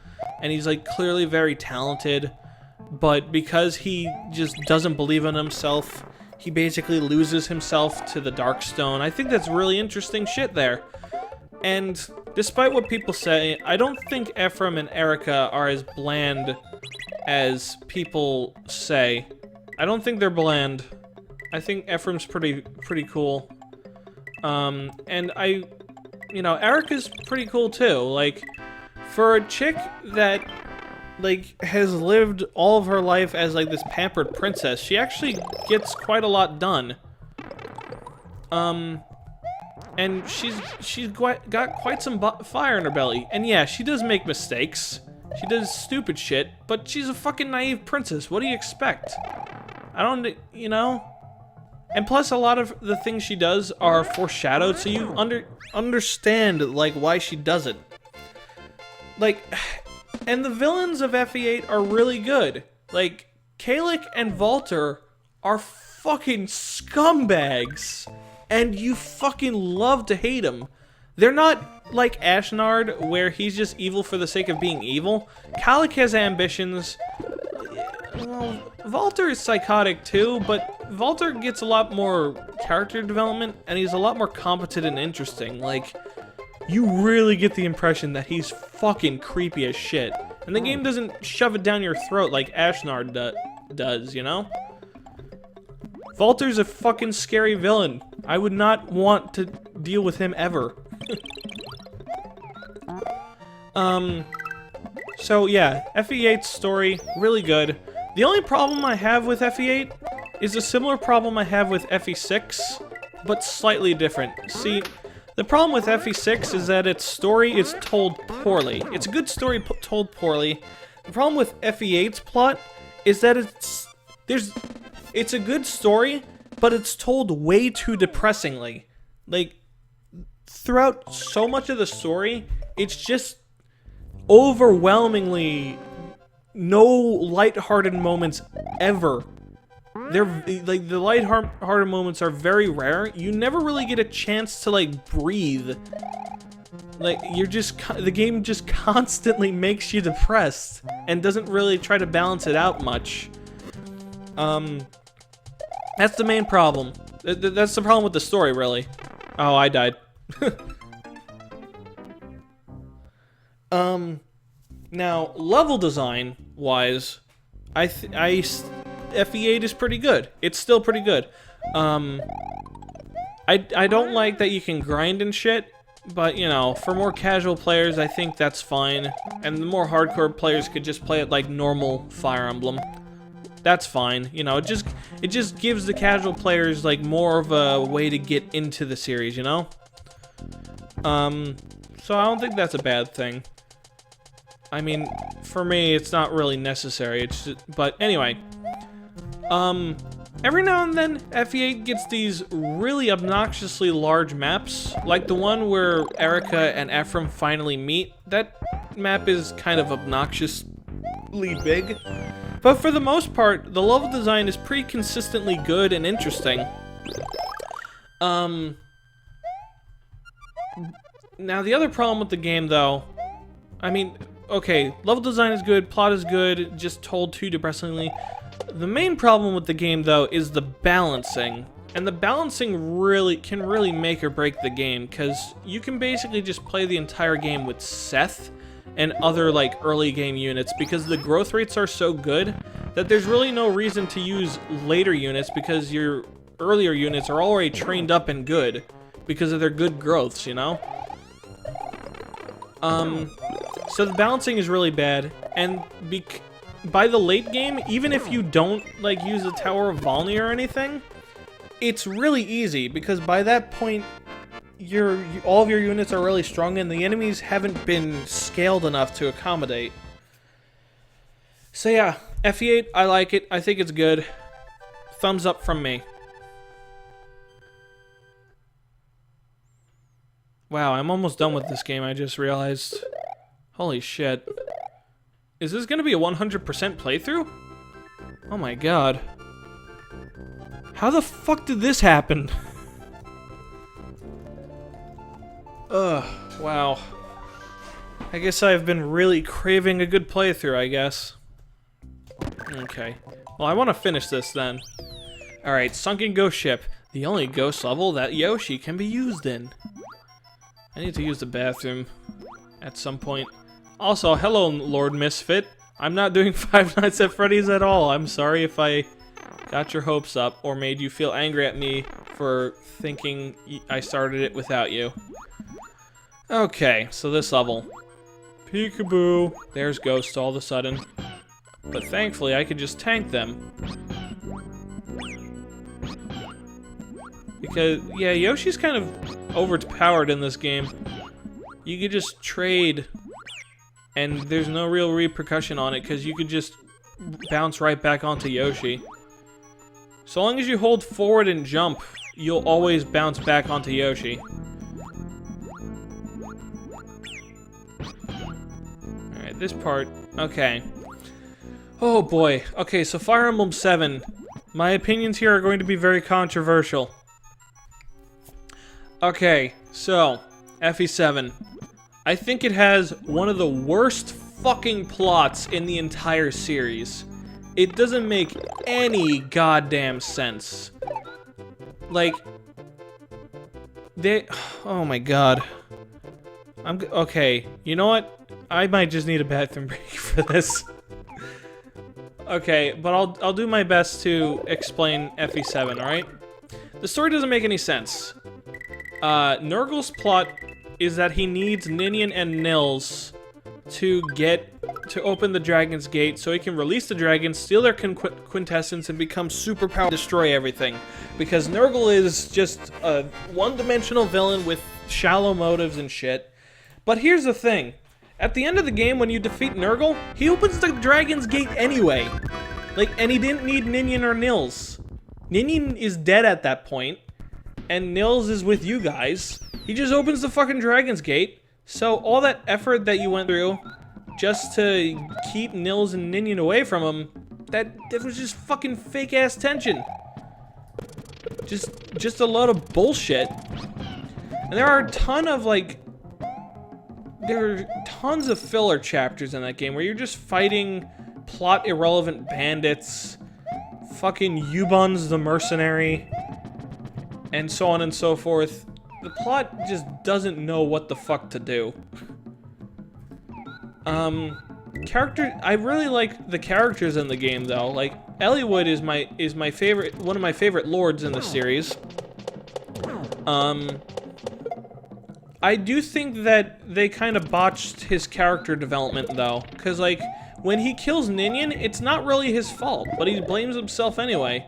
Because like the game's trying to like make you believe he made a mistake and to show that he is a flawed person, but it wasn't his fault, so the character development falls flat. So it's just squandered character development. Like, what the game should have done is it should have tackled Eliwood's naivety, like how he's so trusting and shit. And like at some point he like trusts somebody that he shouldn't have, and then it bites him in the ass, and then he has to learn to become more, you know, hardened and shit. I don't consider Eliwood to be emo Wood, by the way. Yeah, he goes through a lot of angst, but he's like one of the best characters in the game in terms of personality. He's like got this really dry sense. He's got this amazing dry sense of humor. He's not afraid to cry and show his feelings, and he's a very sincere, honest person. He's got a lot of admirable traits. You can complain that he's angsty and shit, but he's a very admirable person too. And even though he has to deal with like Ninian's death and shit, he still finds the courage and power to keep going, you know? That's fucking cool. Fuck this minigame. Alright, so now we gotta do the annoying-ass Tunnel of Doom. On the other hand, Lynn has no point in FE7's plot. She just fucking exists for no reason. Just to be like a hot sex symbol that gets American players' boners up so that they'll play the game and sit through the fucking boring-ass tutorial mode filled with nothing but irrelevant bandit chapters. Hector, I have a mixed opinion of, because he's kind of a psychopath. Like, he just kills this one Santaru soldier for no fucking reason in the beginning of the game, even though the guy wasn't doing anything to him except choosing not to get in the way. And he's just kind of hot-blooded, like, he's a bit too hot-blooded at times. But he does go through some interesting character development that ultimately falls flat in FE6, where he... Alright, guys, I'll be right back. I really need to go. Oh, I was about to die. Okay, be right back.